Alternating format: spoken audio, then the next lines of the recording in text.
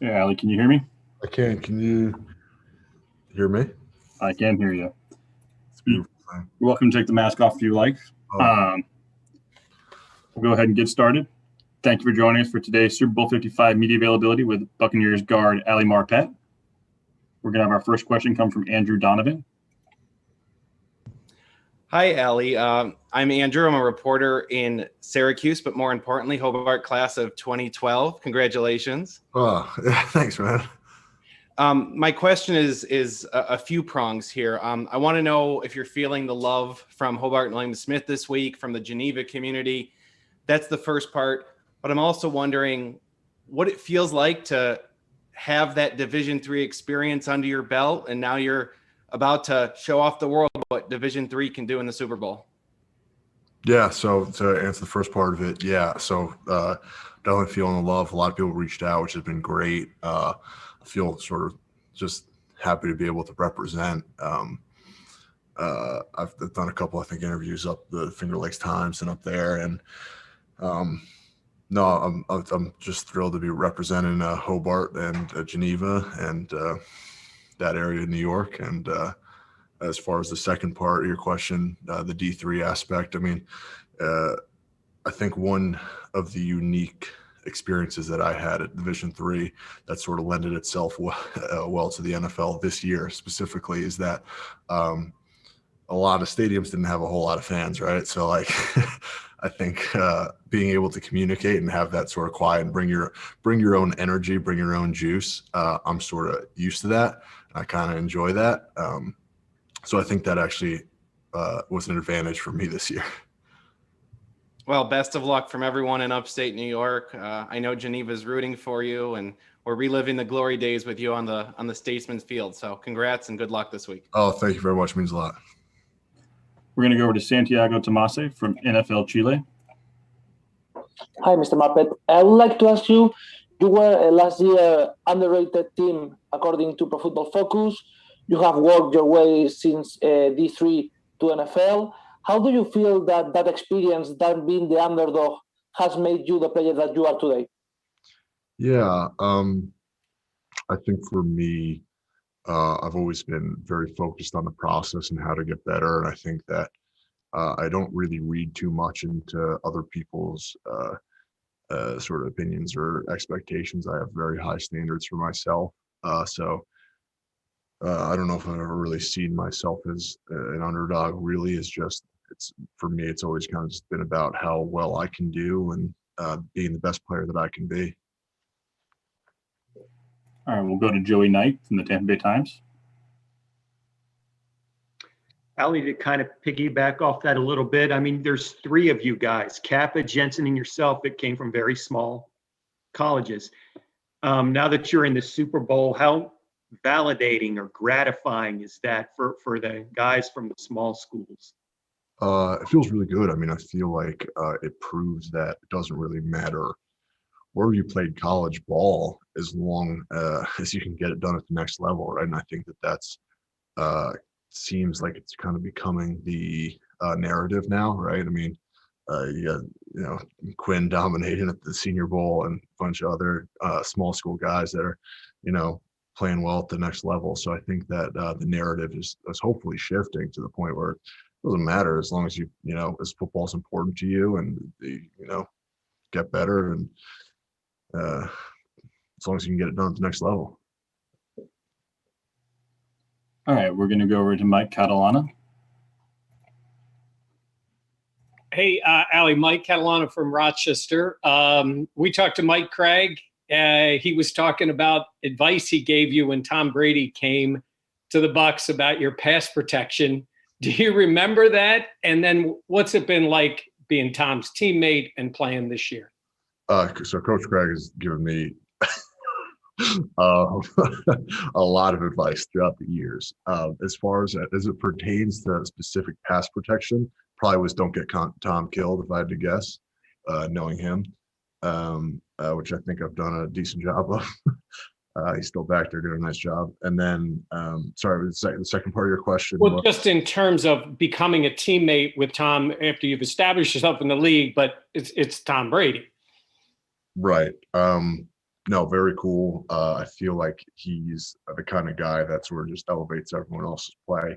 Everyone wants to play at a higher level, and obviously that happened this year. I feel like we've had some nice success and confidence, and I think that that's something that he's brought to us. And just real quick, when we talked to you at the combine, you were on an eating program to get your weight up. Has that gotten easier to maintain? And do you remember what that was like for you trying to make this transition to the NFL? I have nightmares about that. I feel so grateful that I don't have to eat as much as I used to. I mean, I think my metabolism has changed a bit, it is what it is, but I don't have to. I mean, trust me, I still got my gainer shake right here. I mean, I'm not, it's not like I'm totally off the program, but I definitely don't have to stuff my face as much as I did during the combine. I think my rookie year, I probably finished the year at like, 292 or something like that. And now I'm at a much better weight, and I've been able to keep my weight on throughout the season much easier as I gotten older. So thank gosh I don't have to do that anymore. We're going to go over to Greg Allman. Hey, Ali. I had just want to ask you about this line as a whole and the way you guys have come together here, especially in the last 3 games, even adding Stinney into the mix, just to play at the level you're at and how important that is Sunday. Yeah, I mean, I think as a group for us, we feel, I mean, I'm sure any other group,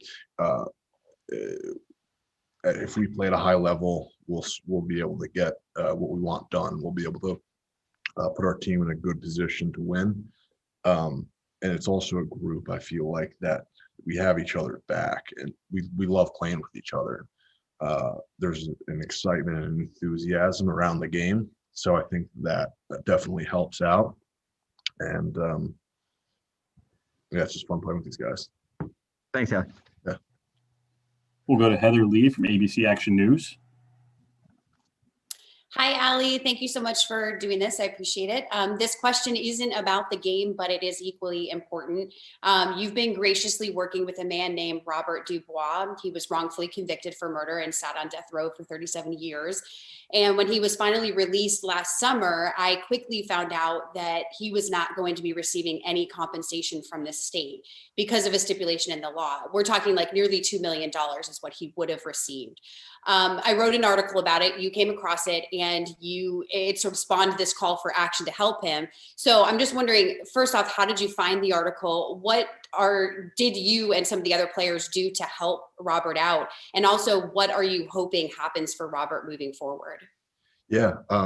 So as far as how I came across the article, I'm not 100% sure. I don't know if it was a notification or I was just kind of scrolling, but obviously the headline being very eye-popping and just you feel that, right? I think that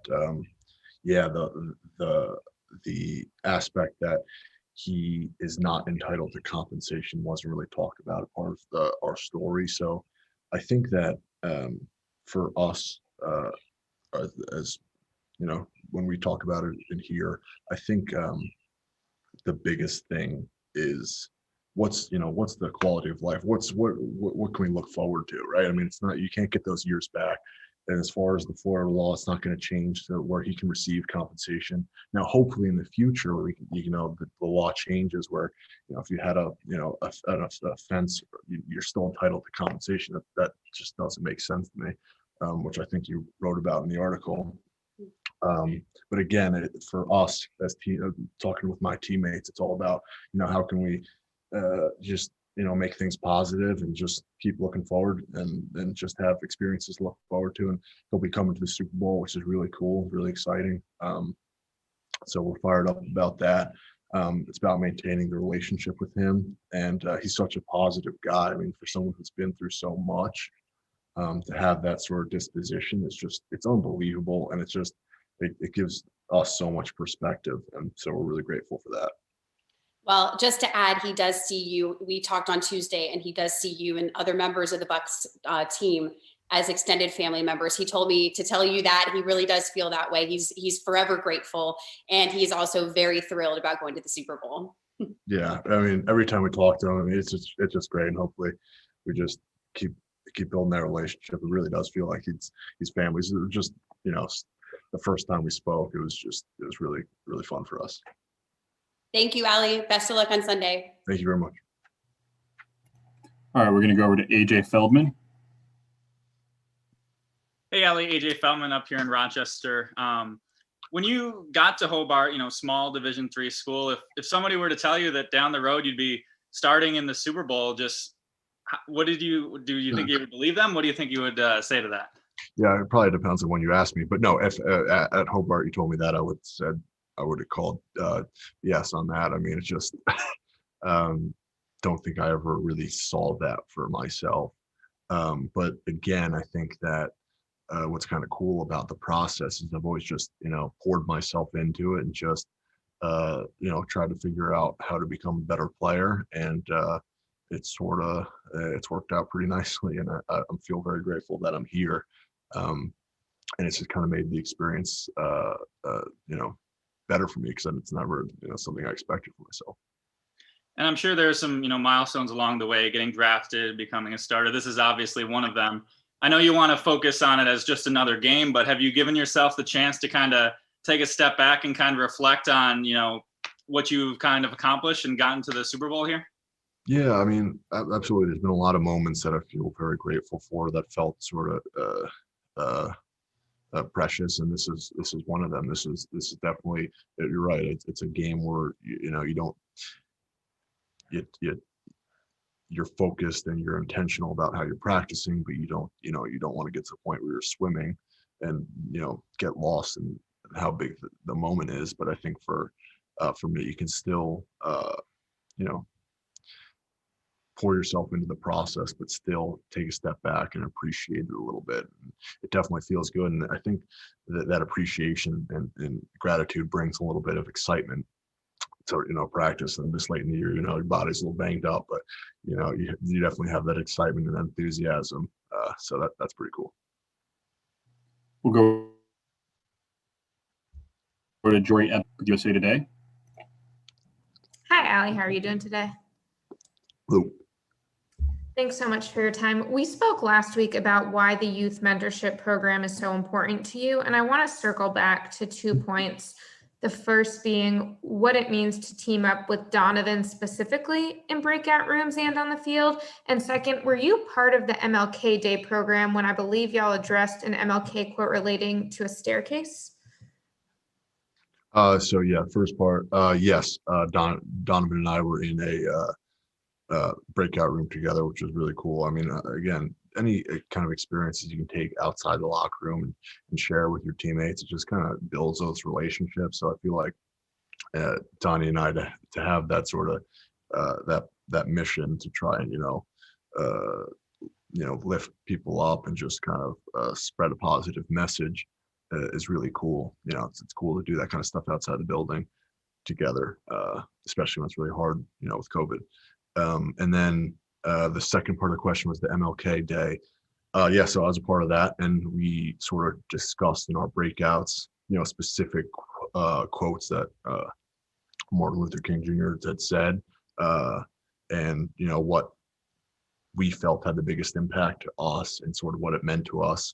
I don't remember the staircase quote specifically because there were several. So you might have to remind me of that one. Yeah, I think the mentees I spoke to said it was faith is taking the first step, even when you don't see the whole staircase. Yep. And they mentioned how much that resonated with them. So I wanted to know in what way it resonated with you and your teammates.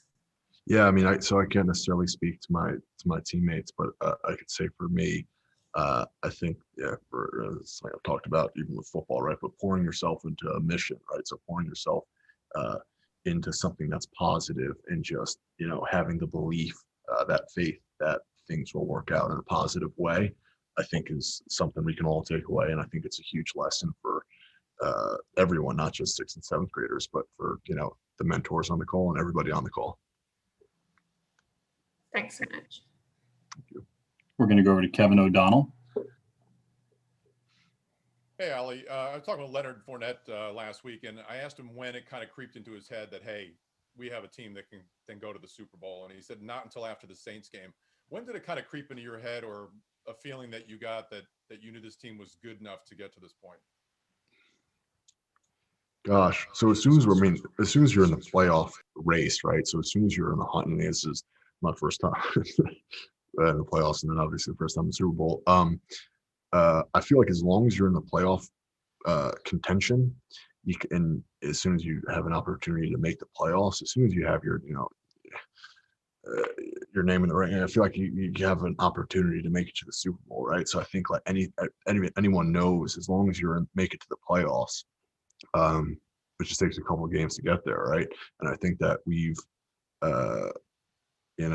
done some good things and towards the tail end of our season to put us in a position to get here.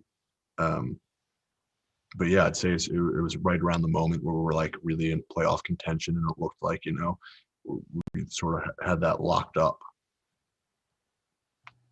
We're going to go to Dave Campbell with the Associated Press. Hey, Ali. Tom Brady has always been able to keep his sack numbers pretty low throughout his career, and that continued again this year. Obviously, linemen need to hold their blocks, and the quarterback needs to know when to get rid of the ball. But what else goes into that, being able to avoid those sacks, those big negative plays? Yeah, I mean, you probably there's so many things that go into it. You probably could think of it. So I mean, it could be the wide receivers, making guys winning their one-on-ones. It could be the running backs know the protection. Tom have a feel for the pocket. Us sustaining our blocks. Making sure we're changing up what we're doing in protection. So there's really a lot that goes into it. But Tom does a really nice job of trying to put us as an offensive line and guys protecting them in a good position, either from a protection standpoint or a concept standpoint, whether some play action stuff or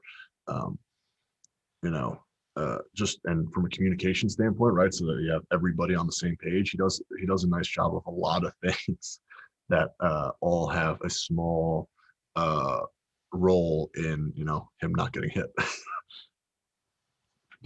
All right, we're going to go to Pete Ruff. Hey, Ali, Pete Ruff with News 12 Westchester, back at home.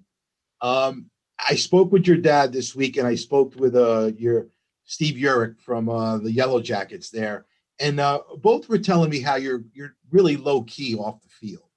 You don't do a lot. You don't go out. Actually, Coach Urich had fun where you got your first contract and you kept your Honda like that. But what drives you? I mean, obviously you're so successful. Hastings, small school.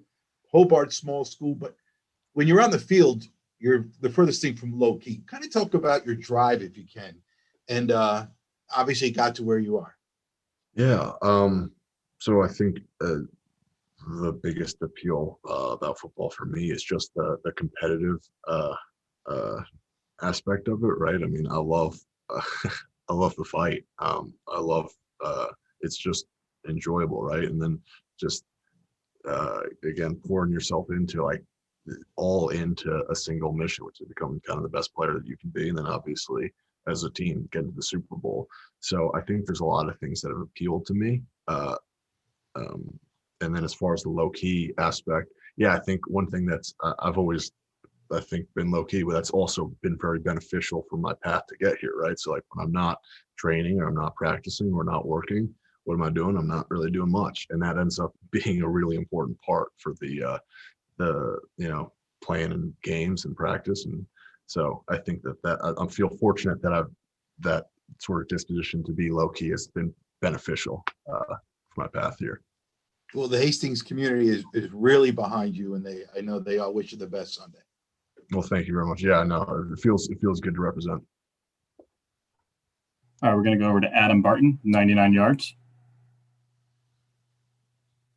You were drafted in the same year and the same round as Donovan Smith. I just wanted to know about your relationship with him and the importance of chemistry for an effective offensive line. Yeah, so we've been in it for a while. We've only played next to each other. It's our third year, I think. But it feels like we've been playing with each other for a long time. I've got to question it. I think that from a communication standpoint, I think you want to get to a point where you're not really saying much, right? You kind of can almost like telepathically feel what the other one's thinking. And I think that we've gotten to a point where not much needs to be said. We both have a pretty good feel of how we play, and that's huge. It makes you can play faster because of it. You can play more confident because of it. And then from a personal standpoint, it's great because I know the kind of guy that he is off the field, and we've kind of been through a lot, and it's so much fun playing with him. We're going to go over to James Palmer from the NFL Network. I'm curious. I was told by some of your defensive backs during training camp that Tom had picked off some of their tells during blitzes and would go up and tell them. Does he help you guys out as well with what he sees in these 2 weeks about a team that blitzes as much like Kansas City with different things he sees up front? Is that like from him or from everybody or with all that? Yeah, so I think with Tom, he's able to see a lot. I think my role in it, as much as I need to be able to, have a good sense of what's going on, I kind of need to be able to see what he sees, through his eyes. So we need like very little communication to be on the same page. So that obviously comes off the field from having conversations and getting a sense of how he sees things and why he needs to do things that he needs to do.